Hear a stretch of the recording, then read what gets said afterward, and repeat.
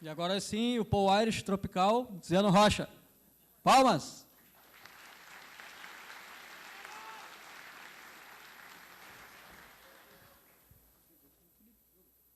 Beleza, galera. Boa tarde. Boa tarde. Show. Então, hoje eu vou falar para vocês sobre Web Components. Um futuro chamado Web Components. Meu nome é Zeno Rocha e está aqui meu Twitter. Quem quiser mandar qualquer feedback da palestra, qualquer coisa, manda lá, qualquer dúvida que você tiver depois. Então, eu trabalho na LifeRay, esse vídeo aí que vocês viram e não entenderam nada do que a gente faz. A gente trabalha com portais, coisas enterprise. Tá rolando vários quiz, tipo uma camisa como essa, então tem que seguir a LifeRay e o Aloy. A gente vai mandar perguntas e você pode ganhar uma camiseta. Fora isso, eu também tenho um podcast chamado Zona Frontenders. Alguém conhece? Levanta a mão, deixa eu ver. Nossa, irado, show. Que eu faço junto com o Daniel Filho. Eu também escrevo para vários lugares, talvez vocês tenham lido algum post que eu já fiz. Escrevo no Tables, na eMasters, na Smashing Magazine. Sou um dos cofundadores desse negócio que a gente chama de Fundação Brasil JS. E também tenho vários projetos open source, fico lá no GitHub o dia inteiro, como o jQuery Boilerplate, que agora tem um generator de Yeoman, e também o Browser Diet, como perder peso no browser, que eu fiz também junto com o Marcel Duran, que estava aí também. Show. Assim, para começar, eu queria brincar aqui com vocês de adivinhar o futuro. E já começar com o pé na porta, assim. Eu venho elaborando essa coisa na minha cabeça de que eu acho que, cara, os projetos mais populares voltados para client-side, eles estão fadados a morrer. É pesada essa afirmação, é pesada essa previsão, mas eu realmente acho que isso vai acontecer. Por quê? O primeiro não é nada muito incrível, né? Então, assim, a gente sabe que depois que veio várias coisas de HTML5, o Flash decaiu no mercado. Mas o Flash, por muito tempo, ele foi uma coisa essencial. Assim, há 10 anos atrás, fazer alguma coisa na web com desenho era o terrível, era péssimo. Então, o Flash veio para suprir esse problema da plataforma. A plataforma viu que precisava disso, viu que precisava de uma alternativa melhor, tanto para desenho quanto para animação, transição, e foram lá e, ok, vamos colocar o Canvas, vamos colocar as transições CSS3. Então, a plataforma viu esse gap e adicionou essas features. jQuery, por exemplo. jQuery ele veio há 7 anos atrás, num tempo em que fazer seleção de DOM, fazer requisição Ajax, cara, era terrível. Ajax ainda é hoje, mas... então, a plataforma viu, ok, a gente fez uma API de JavaScript que é horrível para selecionar elementos no DOM. Vamos melhorar isso? Vamos. Melhoraram e hoje a gente tem o Query Selector, que resolve muito a vida. É o mesmo seletor de CSS3, Query Selector e Query Selector All. O próximo, jQuery UI. Então, assim, quero fazer um date picker. Ok, jQuery UI, pega o CSS, pega o JavaScript deles e tal, e inclui na página. Pô, beleza, legal, consegui, tem vários componentes de jQuery UI, mas, cara, a plataforma viu ok. Então, quer dizer que a galera precisa de um input de tempo, de data. A gente precisa de um date picker. Ok, vamos fazer um input do tipo data. E a plataforma foi lá e colocou. O que eu quero dizer com tudo isso? Eu quero dizer que a plataforma evolui. E evolui de uma maneira de que esses projetos que vêm para suprir um problema, eles estão fadados a morrer, porque uma hora, se aquilo se popularizar demais, vai ter uma solução que eles vão implementar para fazer. Por isso que eu estou dizendo assim, então você está dizendo que tudo vai virar nativo um dia.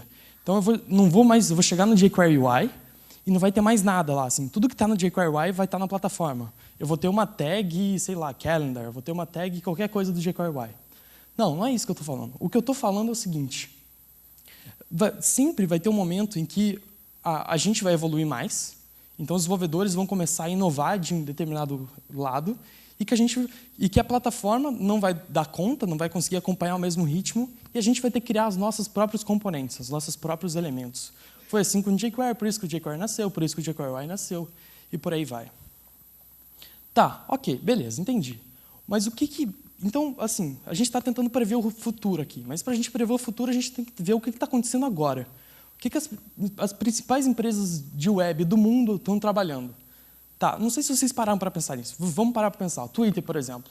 O Twitter foi lá e lançou o Bootstrap, que hoje é o projeto open source mais popular no GitHub. Então, é impressionante a adoção do Bootstrap. Os caras realmente fizeram um excelente trabalho. Então, o que o Bootstrap é? Nada mais do que uma coleção de elementos de interface. Beleza. Facebook. Facebook lançou o React, também uma alternativa para fazer UI melhor. A gente quer reutilizar os nossos componentes de UI, a gente quer ser mais ágil nesse tipo de coisa. Ok. Adobe lançou o Topcoat, também há uns 2, 3 meses atrás. É um projeto open source que tem vários botõezinhos, vários elementos de interface para você colocar, mas é voltado para mobile. A Liferay. Lá na Liferay a gente tem o Alloy, que é um projeto com uma seção de uma caralhada de elementos de interface. Yahoo está trabalhando no Pure, que também os caras pegaram e modularizaram várias partes do CSS, formulários, grids, e colocaram num projeto open source. Tá, mas espera aí, então Yahoo, várias empresas, o que elas estão pensando? O que esse indicamento do mercado diz? Diz que está todo mundo preocupado em componentizar. Está todo mundo preocupado em reutilizar um elemento da nossa interface em algum lugar da aplicação. Se eu crio um botão, eu não quero fazer o mesmo botão.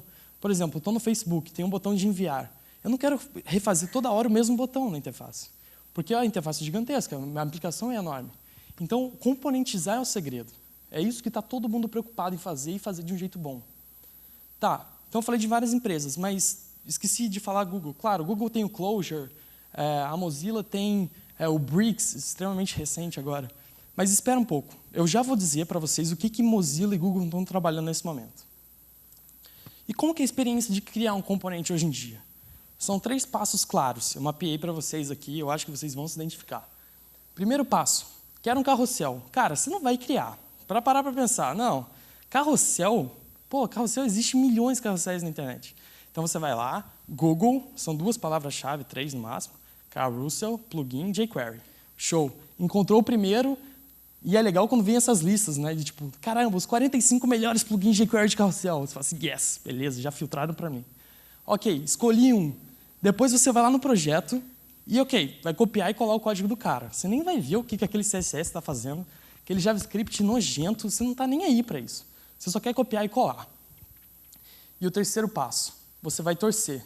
E se dá tudo certo, show, yes! Massa, resolvi em 5 minutos todo o meu problema. Criei um carrossel, meu chefe vai falar assim, caramba, esse cara, esse garoto, ó, trabalha demais, bicho. Ele é rápido, faz tudo maravilhosamente bem. Mas, cara, esse processo é muito falho. E não é muito falho só porque eu estou falando, então ele está criticando, não posso mais usar jQuery. Ou não posso mais usar um código de terceiro. Nada disso. Você pode usar um JavaScript nativo, YY, qualquer outro framework. Mas isso ainda é errado. O modo como a gente cria componente hoje é falho. A gente tenta criar de um jeito que é bom, mas não é legal. E é por isso que eu estou aqui hoje. Eu estou aqui para falar sobre Web Components. Web Components é algo extremamente novo. Eu não vi nenhum post sobre isso ainda no Brasil. Eu não vi nenhuma apresentação. Então, vocês estão vendo a primeira apresentação de Web Components no Brasil. E eu acho que é algo que vai mudar a web. E é feito por 5 especificações, esse tema. Então, eu vou mostrar para vocês o que é esse tal de Web Components logo. Então, eu tenho uma tag chamada BrasilJS. Com Web Components assim, vou lá e criei uma tag. Estou de bobeira, vou criar a tag BrasilJS.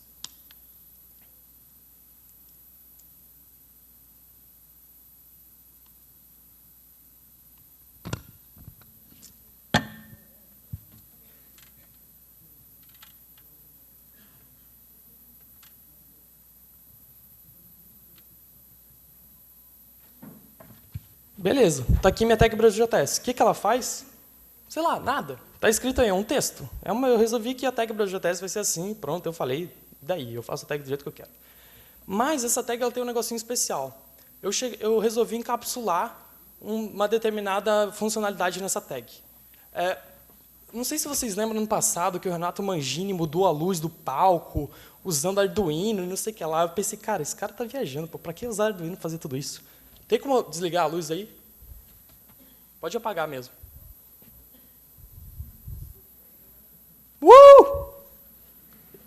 Pode ligar de volta, liga de volta.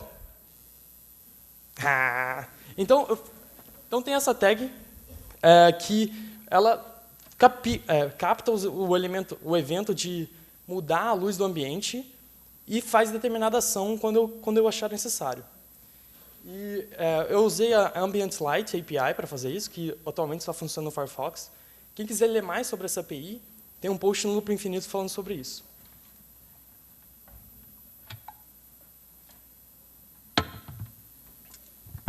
Ok, legal. Consigo criar uma tag do jeito que eu quero. Tá, foi uma coisa legal.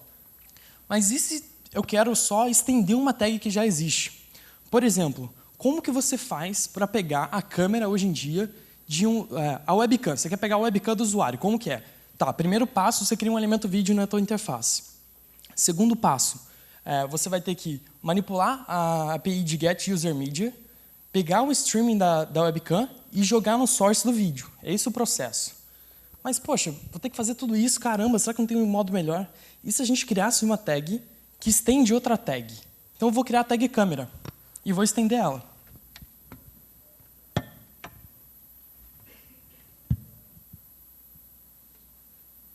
Então, vamos abrir ela aqui.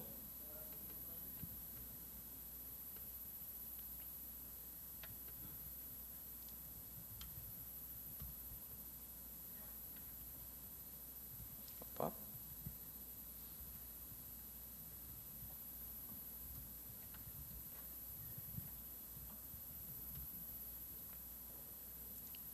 Opa, não, pasta errado, foi mal.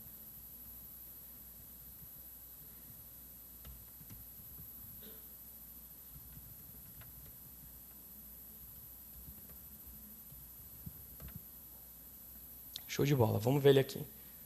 Então, ok. Ele está pedindo o acesso da câmera, ok, vou dar o acesso.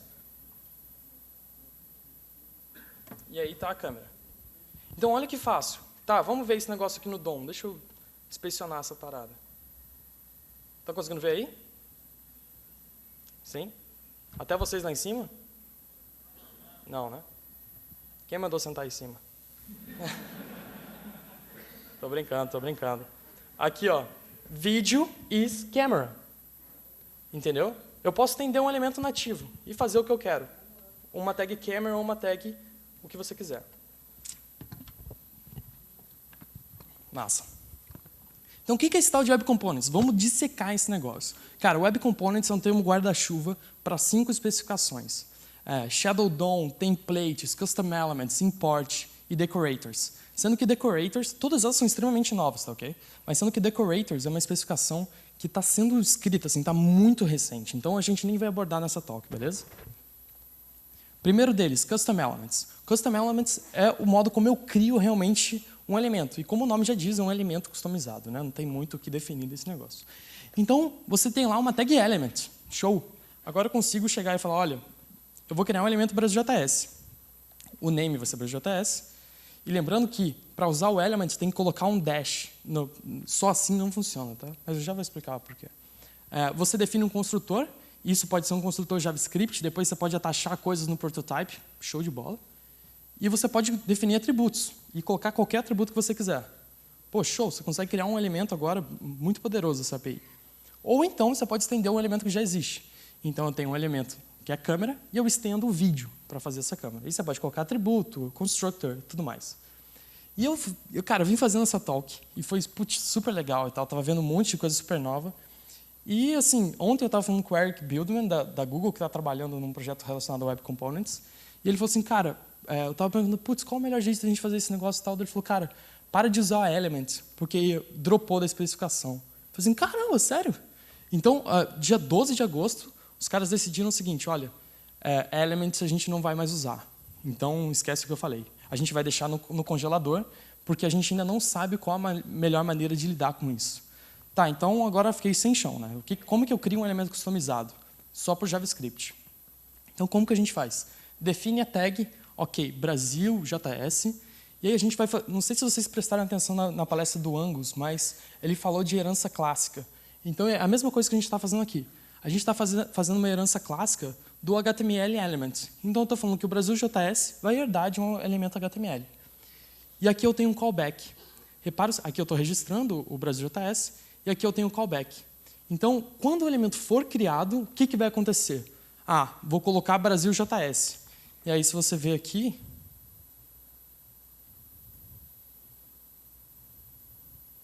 Então, está aqui o elemento BrasilJS.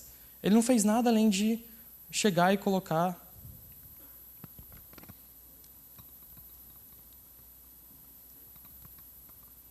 BrasilJS e o conteúdo na tag, que antes era vazio.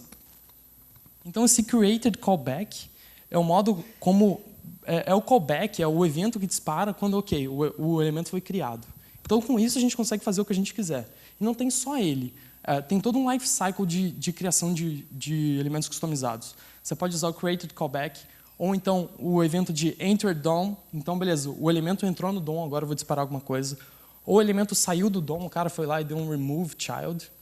Ou mudou algum atributo. Cara, isso é muito poderoso. Assim. Você fala assim, tá, o atributo onde. Onde changed, e aí você faz o que você quiser. Então tem um lifecycle meio poderoso que dá para você brincar. Ok, tudo isso é muito novo, tudo isso é muito legal. Usar elements, registrar via JavaScript é muito bom. Mas tudo isso ainda está muito raso em implementação. Na verdade, tudo isso que eu vou falar hoje para vocês está extremamente recente mesmo. Então, beleza, o que a gente faz quando tem uma coisa que a gente quer usar, mas ainda não está disponível em todos os browsers? A gente usa um polyfill. Então, tem duas opções. Lembra quando eu falei o que Google e o que Mozilla está fazendo? É isso que eles estão fazendo. A Mozilla está trabalhando no Xtag, que é um projeto que é um polyfill para custom elements. Eles também têm lá toda uma série de elementos de UI, mas é basicamente um polyfill para custom elements. E o Google está trabalhando no Polymer, que é um projeto que está já num nível bem avançado de desenvolvimento. Tem uma série de polyfills, de UI, e você também pode criar um elemento. Os elementos que eu vou mostrar aqui na palestra hoje foram criados com o Polymer. E olha como é simples definir um elemento no Polymer. É bem parecido com a API de JavaScript. Então, eu defino esse Polymer Element, o nome, os atributos, depois registro o elemento, coloco os atributos, e aqui você já pode colocar qual é o valor default. Vai que o usuário não passa onde que vai ser o Obras.js. Você tem que ter um valor default ali. E também o callback, que é um pouco diferente. Não é created callback, é só created. Então, é muito simples usar Polymer. Então show de bola. Agora que eu posso criar uma tag, eu vou chegar e vou criar uma tag de tudo que eu tiver na minha aplicação. Vou criar uma tag site e encapsular tudo lá dentro. Não, cara, o Web Components é super legal. É irado. Mas, assim, não vai fazer toda a tua aplicação numa tag só, né? Tipo, não é um JPG gigantesco, como disse o Bruce Lawson. Ok, a segunda parte da especificação é templates. Então, agora a gente conseguiu criar um elemento customizado. Show. Mas você precisa reaproveitar código. Template é isso. É uma coisa que a gente vem reutilizando há muito tempo, que nada mais é do que bloco de código que a gente reutiliza na aplicação. E isso é um conceito extremamente, assim, para server-side. Você tem vários templates. Você tem handlebar, você tem velocity para Java, você tem liquid, você tem Jinja. E aí você consegue fazer todo tipo de coisa. No client-side, virou moda uns 2 anos atrás, a partir de 2 anos atrás, criar um template. Estou até querendo criar o meu para não ficar fora dessa. E aí você tem lá handlebars, mustache e tudo mais. Então tem várias soluções para template client-side. Mas templates client-side, cara, é uma coisa muito delicada, porque é gambiarra. Template client-side é gambiarra. E é assim que foi a primeira tentativa de fazer template, essa gambiarra número 1. O cara vai lá, criou uma div com ID template. E aí ele foi lá e colocou o style para display none. Então, show de bola. Isso daqui não vai ser renderizado o que tiver aqui dentro. Funciona bem como template, né? Não vai renderizar a imagem, maravilha, eu posso reutilizar esse bloco de código. Não, mas isso é péssimo. Se você abrir a aba Network do seu Chrome ou qualquer browser que você estiver utilizando, você vai ver que isso aqui vai ser feito um request. Então, imagina, tudo que você tiver dentro de um template vai ter request externo? Cara, esquece, é uma droga. Tá. Beleza, show. A gambiarra número 2 eu vou criar um template agora usando a tag script, é isso que o handlebars faz. E você define um type. Esse MIME type é um MIME type que o browser não entende. Ele olha aquilo e fala assim, handlebars template, o que é esse MIME type? Eu não sei trafegar isso. Então, show de bola. Ele resolveu o problema de ser renderizado, não é renderizado. Ele também não é parseado, e então, show de bola. Se tiver uma imagem aqui, não vai ser feita a requisição, porque tudo que está aqui dentro ele vai ignorar. Mas mesmo assim você continua com um problema. A hora que você injetar conteúdo dentro do template, você tem perigo de ter perigo de segurança com XSS. Então tem que tomar cuidado. Então como que a gente vai fazer esse template no client-side? Tem uma tag nova chamada template. Perfeito, maravilha. E é com essa que a gente vai trabalhar. Como que a gente cria? Beleza, você vai lá, template, ID, e coloca um conteúdo. Pronto. Eu vou mostrar para vocês aqui, vou fazer um live.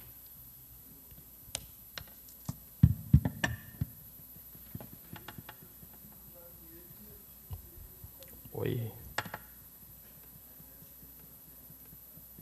Então, beleza. Template, eu tenho aqui um HTML, vamos criar ele. E aí eu vou colocar primeiro uma div aqui. Eu vou querer injetar conteúdo do meu template dentro dessa div. Ok? E aí eu vou definir o template. Tá, perfeito.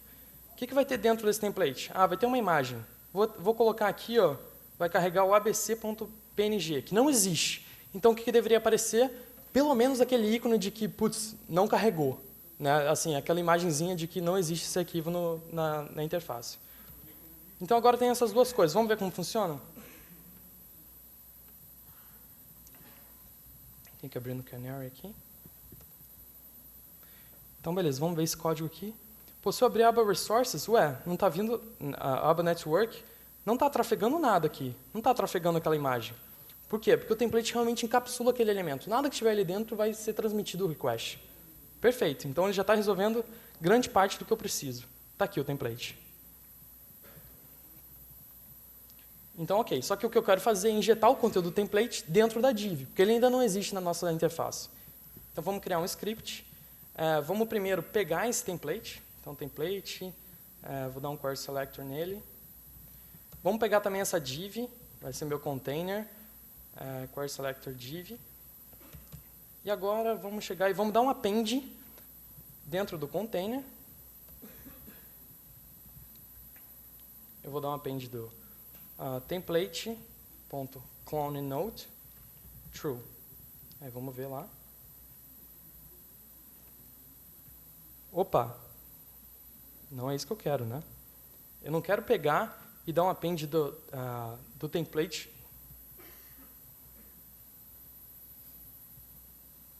Ah, sim, aqui. Fiz merda. Cadê a cola? Show. Ah, entendi. Não. Ok, vamos dar um... Ah, sim, claro. Putz, perfeito o que aconteceu, cara. Ó, tá vendo aqui, ó, eu tentei pegar o elemento template e ele, assim, eu peguei ele no DOM, ok. Dei um query selector como se eu estivesse dando um query selector em qualquer coisa. Mas, cara, você quer acessar, o template é tão encapsulado que você não consegue acessar com query selector alguma coisa que tem ali dentro. Então, você tem que falar assim, olha, depois que você pegar o template, pega o conteúdo dele. E depois que você pegar o conteúdo dele, show de bola, porque eu consigo ter acesso dentro desse template. Então, maravilha, está aqui, ó. Opa, fiquei tão empolgado que... Aqui, ó, maravilha, tem essa imagenzinha de que não carregou, que deveria acontecer. Tá, como que eu faço, então, agora, para a gente injetar algo que tenha valor nesse template? Então, eu vou pegar o template, vou procurar agora onde que está essa minha imagem, vou pegar o src e vou colocar aqui logo.png.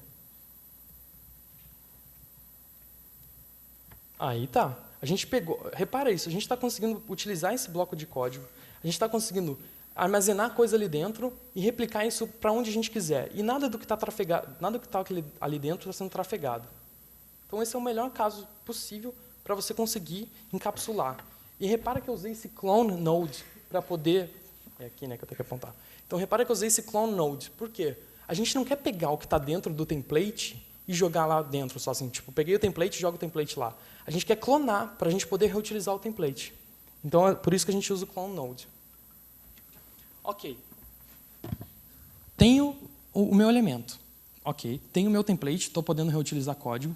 Só que agora a gente tem que ver como que a gente realmente faz o encapsulamento. Porque ter um template para reutilizar, maravilha, mas como que a gente encapsula código? É isso que a gente vai ver no Shadow DOM. O Shadow DOM, ele esconde os detalhes de implementação. Ele é muito mais do que isso. Ele realmente dá a opção de você conseguir encapsular algo. Então, imagina, o que a gente faz hoje se a gente está criando um framework? Por exemplo, estou criando um plugin jQuery. Você está criando ele lá, e aí você tem uma classe de CSS, você tem que estilizar. Aí você estiliza com box. Putz, mas e se o cara usar esse plugin jQuery na página dele e já ter uma classe box na aplicação dele? Putz, quebrou. Como que a gente faz para resolver isso? Coloca um namespace. Então, com o Shadow DOM, esquece esse negócio de namespace. A gente tem encapsulamento de verdade, nada dessas gambiarras que a gente faz para poder proteger o escopo da aplicação. Tá, mas e o iframe? O iframe não é isso que você está falando? Não é esse encapsulamento? Não, o iframe tem uma série de problemas de que é um outro documento e não tem acesso, para fazer acesso de uma coisa para outra é terrível. Então, o Shadow DOM é muito mais do que isso, é muito mais poderoso.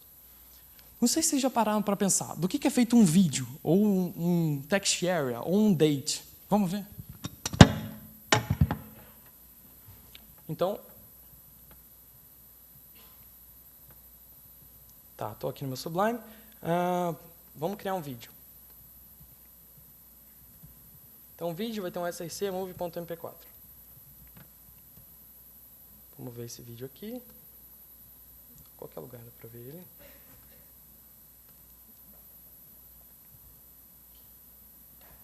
Eu fui no meu browser antes de começar a apresentação e tem uma opção chamada, aqui no menu, chamada Show Shadow DOM. Então você habilita essa flag para conseguir ver o que a gente está vendo agora. Então, ok, aqui está o vídeo. O que tem aqui dentro? Normalmente nada. Quando você habilita o Shadow DOM, você consegue ver exatamente o que tem dentro dessa tag. Então vamos rodar no localhost. Não, no localhost não está mais apontando para cá. Vamos rodar no Canary.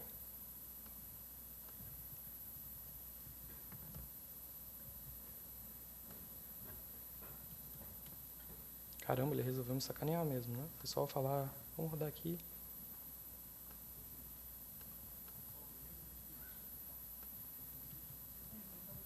Eu não sei porque ele não mostrou agora. Deixa eu tentar um outro elemento.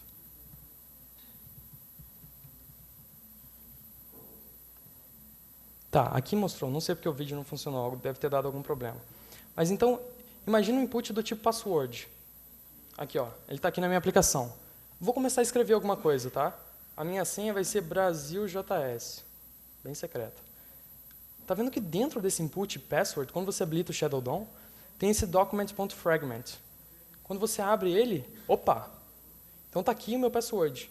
Então, cada elemento desses, o date time, o date, o time, o vídeo, vários desses elementos, eles têm esse fragmento, ele tem esse Shadow DOM injetado nele, que fica escondido para o usuário, ele não consegue ver.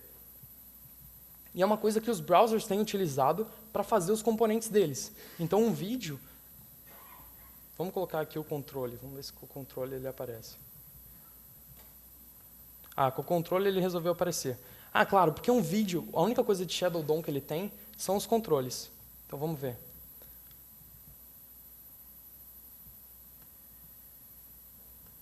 Ok, tem o vídeo aqui. Se eu abrir nele, ó, ele tem esse fragmento, que tem dentro dele outra div e um input button, um input range. Tá vendo aqui? Ó, esse é o input range do vídeo. Então, se eu chegar e, por exemplo...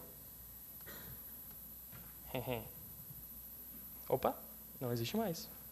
Você pode chegar e manipular o que está dentro de um elemento vídeo, que você achou que era nativo, que o browser renderizava de um jeito, e está aqui, para você usar do jeito que você quiser. Então, Shadow DOM é um negócio extremamente poderoso. Você pode encapsular de fato a sua aplicação. Vou mostrar um exemplo live aqui de como o Shadow DOM funciona. Vamos lá, vamos criar um elemento, e aqui eu vou criar um H1. Aqui é a minha página, beleza? Eu estou no escopo da minha página. E depois eu vou ter um elemento chamado cuia. Cuia. Então, o que você pode fazer então é como se fosse um vídeo. Ele vai ser o hospedeiro. A minha cuia vai ser hospedeira de alguma outra coisa, um mate. Então, eu vou pegar agora, vou pegar a cuia. Fica até estranho falar assim, né? Bom, peguei a cuia. E agora eu vou chegar, olha, cuia, down create shadow root.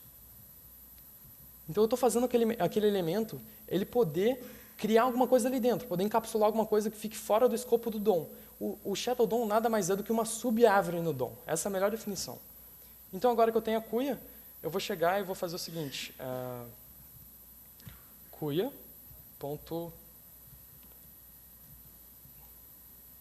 Tá, vou dar um inner HTML na cuia.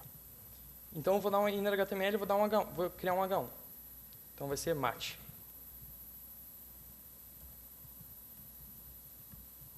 Show, vamos lá ver esse negócio rodando.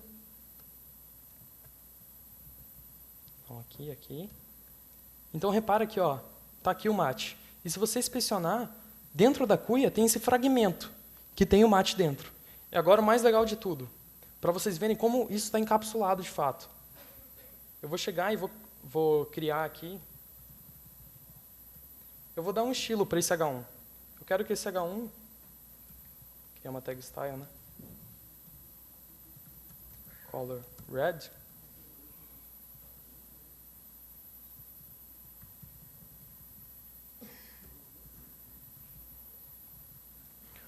repara, eu dei o estilo para o H1 e o que só ficou vermelho foi o mate. Ele não vaza disso. Teoricamente, o que deveria acontecer, todos os H1s da minha página viraram vermelhos. Não, o escopo do Shadow DOM, tudo que você está colocando ali, é para aquilo, e não vaza dali. Então, com isso, dá para você imaginar várias coisas que você pode utilizar para a sua página. Você pode encapsular estilo, marcação e script. Nada vai vazar. Como que a gente ativa? Eu já mostrei. Você vai lá embaixo, clica ali no browser, isso no Chrome, né, e vai lá em Shadow DOM. Ok. Beleza. Então, agora, o import é a cereja do bolo. Porque a gente conseguiu colocar numa tag separada, a gente conseguiu encapsular o conteúdo e a gente conseguiu ter um template que a gente pode reutilizar. Só que agora a gente precisa importar isso. Não sei quem veio aqui ano passado no Brasil JS, mas eu mostrei esse site. Vocês conhecem esse site? Exatamente. Esse é o primeiro site do Maljor. Primeiro site do Maljor. Só que, assim, beleza, tirei sarro do Maljor mostrando o primeiro site dele, mas eu queria mostrar o meu primeiro site para vocês. Lindo, né? O texto é o mais babaca possível, cara, sério. Aí, eu lembro da sensação clara de quando eu criei meu primeiro site. Eu estava lá e comecei a fazer hobbies, aí eu vou criar uma outra página no HTML que vai ser a seção de trabalhos, uma outra página que vai ser a seção de contato. Eu nem sabia fazer formulário ainda, mas ok. E aí, eu tinha um HTML para cada uma das páginas. Um HTML para home, um HTML para trabalhos, um HTML para hobbies e uma para contato. E era frustrante, porque eu tinha que falar assim, ok, aí eu mudava alguma coisa no site. Aí, putz, beleza, mudei alguma coisa, mudei o header, resolvi que vai ser só Zeno Rocha, o sobrenome todo está muito grande. Aí eu ia lá, tinha que mudar em cada um dos HTMLs. Quem que nunca passou por isso? Tipo, é uma sensação frustrante, assim. Caramba, o HTML não tem um jeito melhor para resolver? Aí eu comecei a descobrir outras linguagens, descobri o PHP. Putz, o PHP era lindo. Você vai lá e chegava e dava PHP include header.php. PHP include footer. Eu amava usar o WordPress por conta disso. Era assim, caramba, legal, consigo incluir um footer sem ficar reescrevendo ele toda hora. E aí, beleza, aí vai evoluindo outras linguagens. Aí comecei a usar static generators como o DocPad ou o Jekyll, porque, putz, não quero reescrever o código de novo. Maravilha, você consegue usar. Mas, cara, isso é falho, assim. E se a gente tivesse uma tag import? Na verdade, a gente já tem uma tag de link e a gente dá um rel import. E aí importa alguma coisa aqui dentro. Pode ser um elemento que você criou, pode ser um elemento Brasil.js, pode ser um site header, pode ser um site footer. Não sei se isso vai ser bom para o SEO, mas você pode encapsular algum outro elemento e importar dentro da sua página. Isso é extremamente poderoso e é a cereja do bolo para a gente fechar o ciclo do Web Components. Tá, mas você está falando de várias coisas aí. E os browsers antigos? Foi mal. Eu sei que tem um cara da Microsoft, eu não queria trollar ele, mas... e os browsers antigos? É mais forte do que eu. Como que funciona nos browsers antigos? Assim, beleza. Como que tá? Tem esse site que é muito legal. É esse Are We Componentized Yet? Que é o seguinte, como que está o avanço de Web Components? Como que está o avanço da especificação? E eles falam, olha, cara, template está estável no Chrome e no Opera, que agora ambos são Blink, mas olha, HTML imports ainda está com bug. Então é um site legal que você consegue ver como que está o status disso. Você também pode habilitar as flags no Chrome para você conseguir ver essas coisas. Às vezes você tem que rodar no Canary, habilita uma flag em outro browser. Ou então você usa os polyfills que eu falei, Xtags ou Polymer. Recomendo muito o Polymer. Então, show de bola. Zeno, você me convenceu, o Web Components é foda. E eu quero usar hoje. Eu quero chegar e usar um elemento carrossel. Mas, pô, eu não vou criar um elemento carrossel, né? Alguém já fez isso e eu não tenho tempo. Meu chefe falou que não vai dar tempo. Então, onde que eu vou encontrar Web Components? Quando eu estava fazendo essa palestra, eu me deparei com esse problema. Quero usar Web Components, onde que tem um Web Components para eu ver? Será que eu devo ir no NPM? Só que o NPM é para módulo de Node, né? A gente não está falando de back-end. Ok, a gente está falando de JavaScript, a gente não está falando de back-end. Tá, então no NPM não é. É no Bower, porque o Bower é um registro com vários packages de front-end. Será que é lá? Também não é no Bower, porque o Bower tem muita coisa, Bootstrap, milhões de coisas lá, só que você não consegue filtrar por, tipo, isso é Web Components, quero usar Web Components. A gente viu isso, eu vi isso, assim, voltei de São Paulo no domingo, e aí comecei a fazer os slides na segunda, eu falei, cara, a gente tem que resolver esse problema. Falei com o Eduardo, que palestrou aqui ano passado, que inclusive me deu uma ajuda desgramada para fazer essa palestra. O Bernard. E eu falei, cara, vamos fazer uma coisa que dê para as pessoas colocarem seus web components lá. E a gente queria anunciar hoje aqui um projeto novo, que é o Custom Elements.io. A ideia é que esse ponto seja central para você conseguir submeter o seu web components. Você fez ele e quer mostrar para as outras pessoas. Ok, fiz esse elemento Brasil.js. Extremamente relevante, todo mundo vai querer usar no site deles. Você vai lá e submete. Na galeria, ok, entrou, perfeito. É uma galeria de web components. Só que aí surgiu a primeira pergunta. Ok, vamos fazer uma galeria de web components? Todo mundo, vamos, massa. Vamos virar a noite, vamos fazer. Só que para uma galeria de web components ser criada, você tem que ter web components dentro dessa galeria, né? E aí a gente começou a ralar pra caramba e fazer vários componentes. Cara, como é chato fazer a tag do Twitter. Ou, não só o Twitter, assim, você quer colocar 3 botões na sua aplicação. Facebook, G+, e Twitter, para viralizar o seu site. Como que é chato você ter que ir na especificação de cada um, ver como cada um cria os seus próprios botões de compartilhamento social. Então, por que a gente não cria uma tag? Encapsula isso numa tag. O cara vai lá e usa. Vamos ver aqui.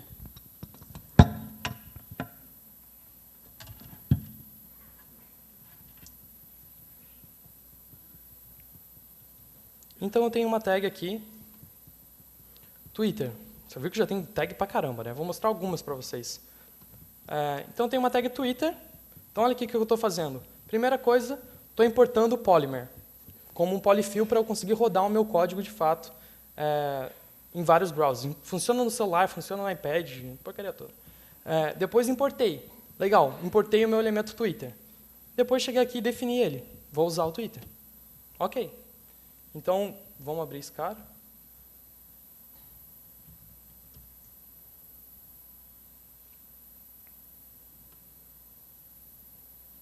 Perfeito, está aqui o meu tweet. Se eu clicar aqui no botão de tweet, provavelmente não conseguem ver, está muito pequeno, né?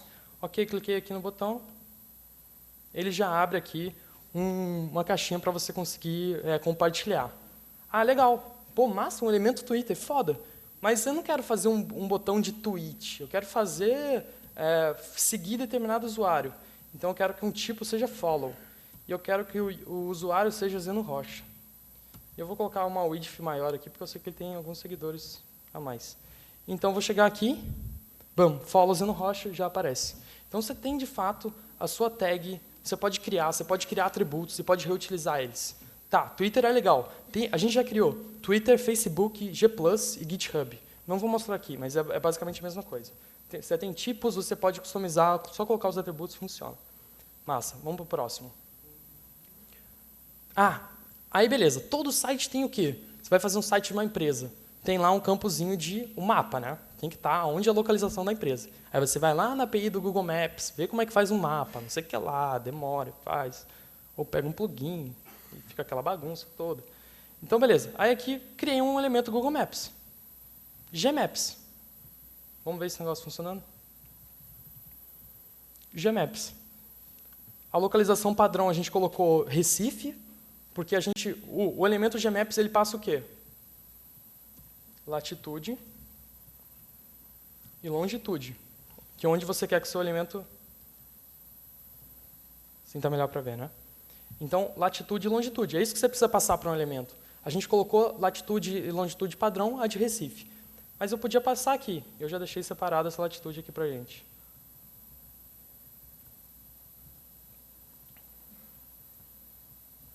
E a longitude e tal. Se eu recarregar aqui... Opa, reconheço esse lugar, hein? Porto Alegre. Está meio longe, né? Vou colocar um zoom maior aqui. 15. Here we are. Então, olha que poder, cara. A gente tem uma tag Gmaps. Gmaps. E a gente não só fez tags novas, como estendeu. Então, uma outra tag é a câmera, que eu já mostrei para vocês. Então, você fala, olha, vídeo is camera. Você ainda pode passar. Você quer que trafegue áudio e vídeo, ou só quer áudio, ou só quer vídeo? E aqui eu coloquei autoplay e controls. Tá, se eu rodar isso daqui, a gente vai ter o que a gente já viu anteriormente. Uma tag que faz uma webcam. Mas sei lá, cara, eu sou meio hipster. Eu vou passar um filtro aqui. Sépia. Instagram. Virou Instagram essa porra. Beleza. Uhul, agora eu estou descolado. Então, faltou minha camiseta xadrez, cara, esqueci. Faltou o Crocs, boa Suíça. Ok, criei a câmera. Estendi o elemento de vídeo e criei uma câmera. Quem lembra também, ano passado, o projeto Tracking.js que o Eduardo mostrou aqui? Rastreamento de determinada imagem e mostrar alguma coisa em cima. Tá, a gente foi lá e fez um elemento de Tracking.js.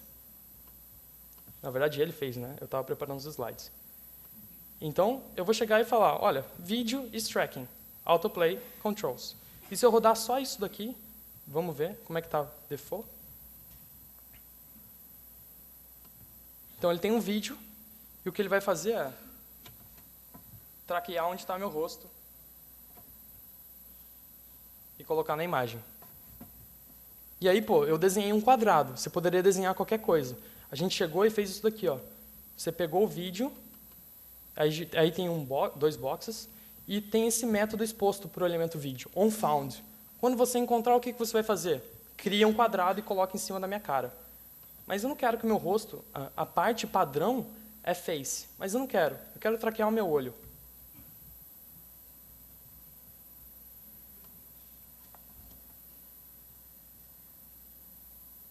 Pega. Ah, pegou. É que tem todo o problema da iluminação aqui atrás. Não funciona. Isso. Mais ou menos. Tá, mas enfim, tem todo o problema da iluminação, porque isso depende de como está o threshold da imagem. Mas repara no poder. Você pode criar um elemento que vai traquear um rosto, uma face, o que quer que seja. Então, resumindo tudo isso que eu falei, pela primeira vez na história da web, a gente tem encapsulamento e reaproveitamento de código de verdade. E não só você pegar, dar um Ctrl+C, Ctrl+V de alguma outra coisa e funcionar magicamente. Ou funcionar só que com uma arquitetura fraca, uma arquitetura que não é do jeito que deveria ser. A web viu que não é assim que a gente cria componente. A web viu que, cara, e se a gente criasse uma tag de import? E se a gente criasse uma tag de template? Foram lá e fizeram. Então, o que eu queria deixar de mensagem final para vocês é que a melhor forma de prever o futuro é criar ele, é inventar o futuro. É chegar e criar uma tag BrasilJS que muda de acordo com o ambiente. É ver que não tem uma galeria de web components e fazer. É muito mais do que isso. É ver o problema, identificar e não só tipo assim, legal, tem esse tal de HTML5 novo. Putz, você ficar reativo a essa mudança, assim, de não querer aprender mais. Poxa, você vai ver tanta coisa legal aqui no evento, hoje e amanhã. E é uma oportunidade tão incrível de estar com os caras que realmente inventam a web. A galera que está aqui hoje, vocês, são quem fazem a web mover para frente e que cria esse futuro de verdade. Então é isso que eu queria deixar a mensagem para vocês. Eu estou cheio de adesivo e a gente vai rolar quiz de várias camisetas da Life Radio e Alloy. Eu não sei se vou conseguir dar adesivos para vocês agora, senão vai atrapalhar a próxima palestra. Se bem que é coffee break. Então me procurem aí, eu vou dar adesivo aí para quem quiser, do Zoff, do Browser Diet. E é isso. Valeu, galera. Obrigado.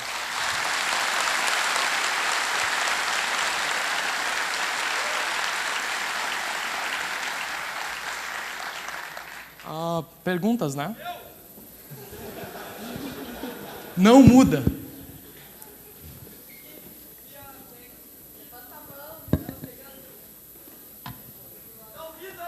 Tô.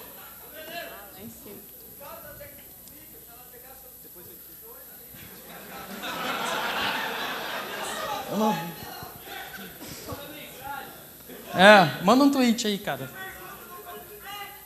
Quê? Tá, beleza. Alguém mais próximo, de preferência? Duas perguntas. Acessibilidade e semântica. Assim, ainda não se sabe. Como eu disse, é algo extremamente novo, uma API extremamente recente. As Search Engines ainda não sabem como que vão fazer isso. Por exemplo, os Document Fragments. Será que a gente lê isso ou não? Mas será que isso realmente importa para alguns casos? Por exemplo, se o cara chegar e criar uma tag site, fudeu a acessibilidade. Fudeu semântica, simplesmente.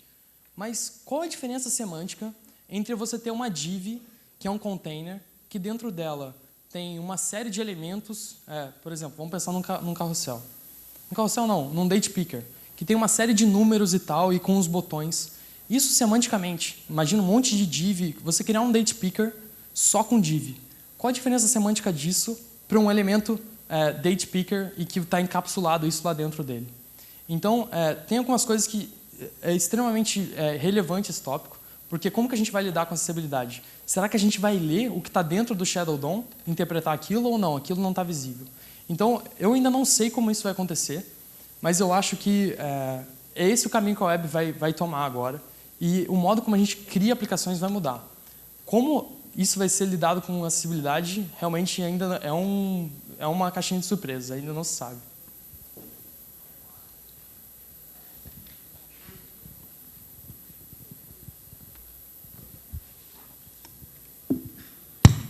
Gostaria de saber o que você me fala sobre Angular Directives, parece, né? Cara, é extremamente parecido com Angular Directives. E aí, tem um... Ah, tá, boa.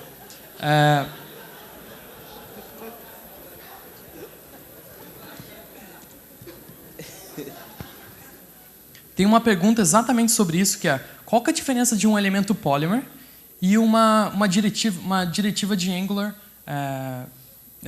JS. Eu podia chegar e ler a resposta aqui, mas tomara que eu lembre. Cara, a diferença é que Angular não usa Shadow DOM, por exemplo. Já me perdi, deve ser nesse bloco aqui que você está. Ah, tá, aqui. A diferença é que Angular não usa Shadow DOM para você encapsular as coisas. Você, tem uma interface para criar elemento, que é super intuitiva, parece muito, você define um elemento, você define atributos, mas como funciona por dentro, isso muda absurdamente. São coisas extremamente diferentes. Como que é a entranha daquele negócio, entendeu? Mas a API para criar elemento, as Angular Directives, é muito similar mesmo. Mas a compatibilidade das Web Components já está boa já? Não está boa. Inclusive, para fazer esses demos, toda hora eu e Eduardo, a gente estava criando lá, e putz, caramba, isso aqui não funciona, isso aqui não funciona. Aí a gente usava o Polyfill, usando o Polyfill funciona em vários lugares. Assim, o elemento Twitter, todos esses elementos que eu fiz funcionam em mobile, funcionam em outros elementos. Porque Polyfill é isso, pegar uma coisa que não existe ainda nos browsers antigos e conseguir renderizar de algum jeito. Cara, e ES7 é foda, né? Mas, assim, eu diria que hoje em dia, isso é uma coisa nova, isso é o futuro, entendeu? Eu acho que hoje é um bom caminho criar diretivas de Angular. Não veria, tipo assim, para de usar Angular para fazer isso e usar Web Components agora. Não.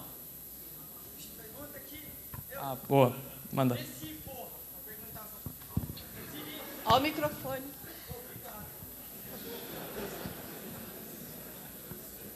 Fala, Suíça. Tem uma mesa de som lá em cima, mas não tem microfone lá nessa porra. Tá? Por favor, microfone lá em cima. Velho, você fez a tag do Twitter, no caso, ela faz um Ajax para fazer a aquisição dos seus seguidores.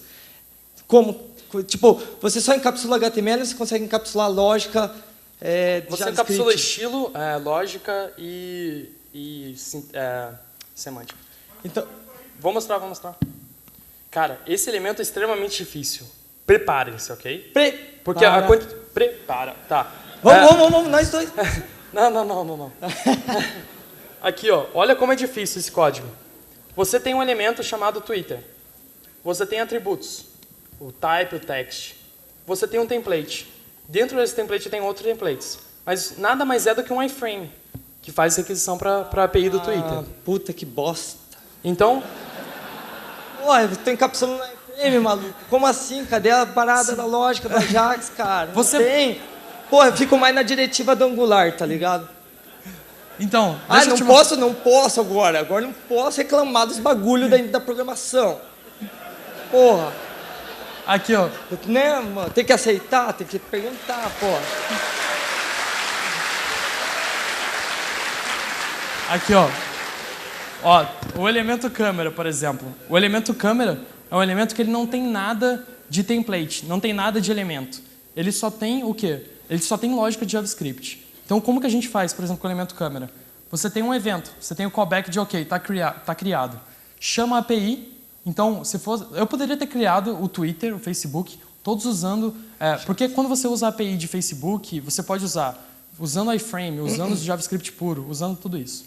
Eu decidi por fazer iframe por conta de tempo. Certo. Foi por conta de tempo. Então, aqui o da câmera, por exemplo, está chamando a getUserMedia API e repassando para o source do elemento vídeo. Mas a gente pode fazer Ajax suavemente, consegue fazer? Você consegue fazer Ajax, tranquilamente. Tomara que no futuro todo mundo use Cores também, senão é um grande bosta, a gente não vai conseguir usar nem JSON-P, né, mano? Alguma outra pergunta? Não, eu tenho mais uma. Manda. Então não, vamos pro coffee break. Tem água? Valeu, Cissa. Foi show. Tem água aí. Tem mais uma pergunta aqui. Oi, pode falar.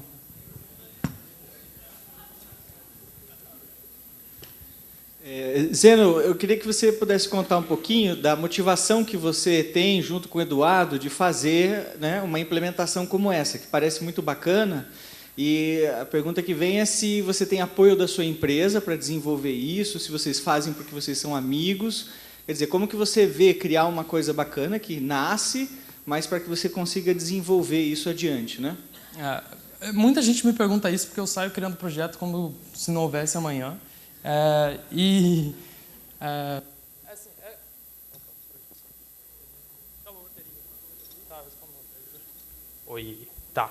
Então, assim, nesse caso específico de Web Components, a LifeRay tem interesse, sim, em a gente estar descobrindo essas novas tecnologias. Por quê? Porque a gente tem esse Alloy UI, que é um framework de UI.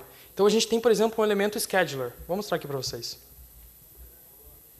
Então, você tem aqui um elemento scheduler. Então, o Alloy UI é uma série de componentes de interface que você pode reutilizar. Você tem tooltip, você tem modal. E você tem, por exemplo, um calendário. Quero criar um calendário. Está aqui, funcionando e tudo mais. Então, é bem poderoso assim, a aplicação. Aí a gente viu Web Components. Cara, Web Components é um negócio muito poderoso. A gente realmente acredita que vai mudar o jeito que a gente escreve. A gente pode ter uma tag scheduler daqui a pouco. Então, a gente foi lá, a gente fez isso no horário de trabalho que a gente fez. Mas a gente ficou segunda, terça e ontem até 3h30 da manhã fazendo isso. Por quê? Não sei. Talvez seja alguma doença. Mas a gente fez porque a gente achou legal. Assim, e a gente achou que... É assim que eu encaro o experimento. Tem muita gente que quando vê experimento, por exemplo, o que o Bernard mostrou ano passado, o Homer. O Homer e ele pisca. Qual a utilidade dessa parada? Que droga é essa? Não tem utilidade nenhuma. Muita gente pensa assim, mas quem pensa assim está extremamente errado. O tempo que a gente passa, que é fora do trabalho, ou dentro do trabalho, inovando, tentando ver alguma coisa nova, tentando fazer coisas que não estão só no escopo do que a gente está trabalhando, e tentar levar isso adiante, cara, isso te torna um profissional muito diferenciado. Eu vivi isso, assim. Para mim foi um negócio surreal. Eu nunca imaginei, quando eu comecei, que eu ia, de repente, estar aqui, assim, olhando para 1000 pessoas na minha frente. E sei lá quantas no streaming. Então, eu acho que você ir além é o que difere, é o que faz a pessoa ser diferente. E, independente da empresa te dar apoio disso ou não, você tem que correr atrás. Nem que seja deixar de dormir para poder estudar mais.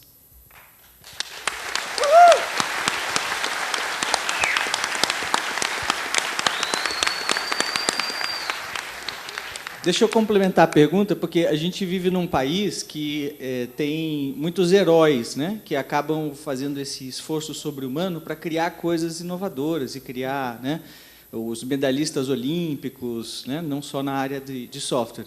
E o que você acha que pode ser uma maneira de fazer com que isso não seja o exemplo, né, não seja por exceção, que isso seja uma coisa que fortaleça mesmo a comunidade, que as pessoas tenham apoio para fazer esse tipo de coisa. Quer dizer, qual que é o modelo, né? Independente de ser a sua empresa ou a superação individual aí do seu grupo de amigos. Eu acho que o primeiro caminho para a gente encarar esse tipo de coisa como normal é tentar inspirar os outros a fazer. Assim, não tem uma resposta certa para isso. Sei lá, eu não quero mudar o Brasil, eu quero mudar o mundo. E eu espero que quem quiser fazer isso também venha atrás, vamos junto e vamos tentar fazer um negócio diferente. Quando isso vai virar uma coisa normal, não faço a menor ideia. A gente ainda tem tempo para a pergunta? Tem, né? Tem? Show de bola, pode continuar então.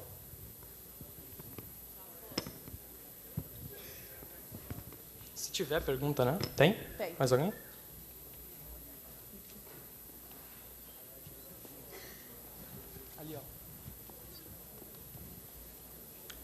Felipe Larruina.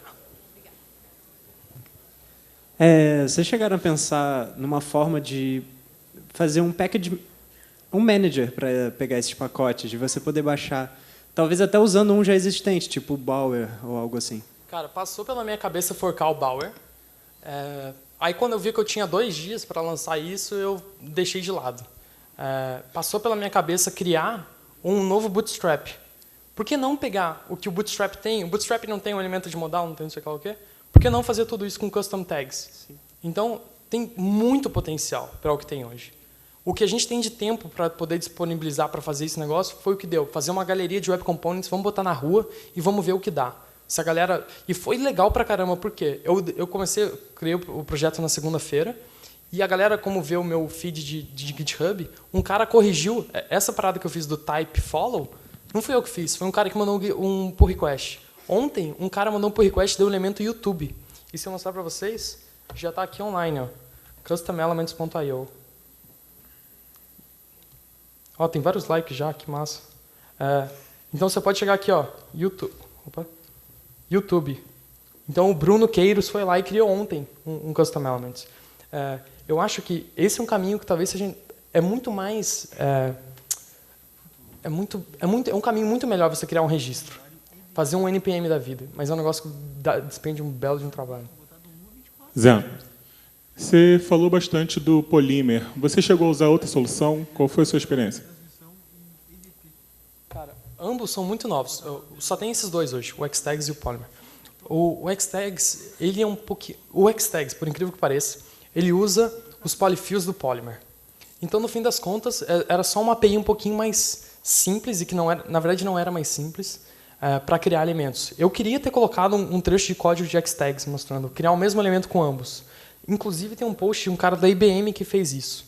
Depois eu tweeto, porque agora eu não lembro de cabeça qual é o nome.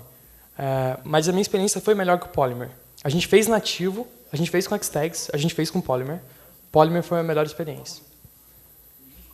Inclusive, porque a gente saiu criando vários elementos, né?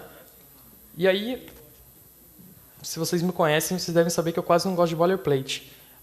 A gente criou esse boilerplate element. Para você, tipo, quer forcar e criar seu próprio custom element? Vem aqui, e já está aqui, assim, já tem um modelo para opção, para contribuição e tudo mais. Todos os repositórios que eu mostrei aqui, por exemplo, o Camera Element, eles têm demo, descrição, instrução para rodar, tem até um GIF aqui animado, ó, a gente lá de madrugada fazendo. Os age, as opções você pode passar. Todos eles foram usando Polymer. Mas a gente quer migrar para nativo assim que der. Enquanto não dá. Mais alguma? Show de bola. Então vamos comer. Quem quiser tirar dúvida, me procura aqui, me procura no Coffee, eu tenho adesivo e vamos nessa. Valeu.